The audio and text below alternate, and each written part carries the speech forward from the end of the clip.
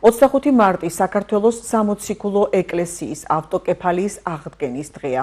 ეს გადაწყვეტილება ზუსტად 108 წლის წინ მცხეთის სვეტიცხოვლის ტაძარში შეკრებილმა სამღვდელოებამ საგანგებო კრებაზე მიიღო.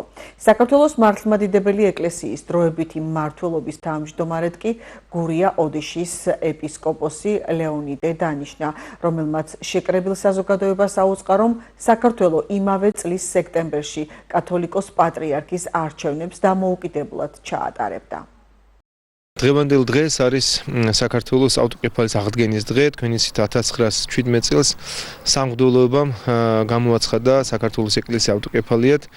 ეს არ იყო მაშინდელი გამოცხადება, ეს იყო ოდითგანვე, ესე ვთქვათ, სამოციქულო ეკლესია და ჩვენ გვქონდა ავტოკეფალია და ჩვენ გვეკუთვნოდა ავტოკეფალია და აღადგინეს ავტოკეფალია და ჩვენ ვნახეთ მას შემდეგ ძალიან ბევრი მღვდელმთავრები, პატრიარქები, საერო მოღვაწეები შრომობდნენ, რომ განემტკიცებინათ ავტოკეფალია და მისი უწმინდესობის და უნეტარესობის სრულიად საქართველოს კათოლიკოს პატრიარქ ილია მეორის ძალიან დიდი ძალისხმევით 1990 წელს მოხდა მსოფლიო საპატრიარქოს მერ აღიარებული საქართველოს სამოციქულო ეკლესია ავტოკეფალიად.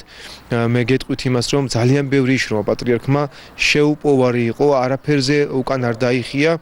იყო საუბარი, რომ მხოლოდ ავტოკეფალია ცნობდა პატრიარქი ყოფილიყო, მაგრამ მირონი მსოფლიო საპატრიარქოს მიეცა და პატრიარქმა ეს უარი თქვა და მან ეს უარი განამტკიცა იმით, რომ ჩვენ ოდითგანვე გვეკუთვნოდა და გქონდა ავტოკეფალია და ჩვენ იმდენ მირონს მოვხარშავთ, რომ შეგვიძლია ჩვენ გაგინაწილოთ. აი ესეთი ძალიან მკაფიო სიტყვა ქონდა მის უწმინდესობაზე, რა თქმა უნდა, ჩვენ გვაქვს სრული დამოუკიდებლობა, სოფლიო საპატრიარქოს მოგვცა ტონუსი და ამავდროულად ჩვენ გვაქვს მირონის მოხარშვის უფლებაც და ყავს პატრიარქი და დიდება და მადლობა უფალს, რომ ჩვენ 21 საუკუნეში ჩვენი დედა ეკლესია არის დამოუკიდებელი და ავტოკეფალური.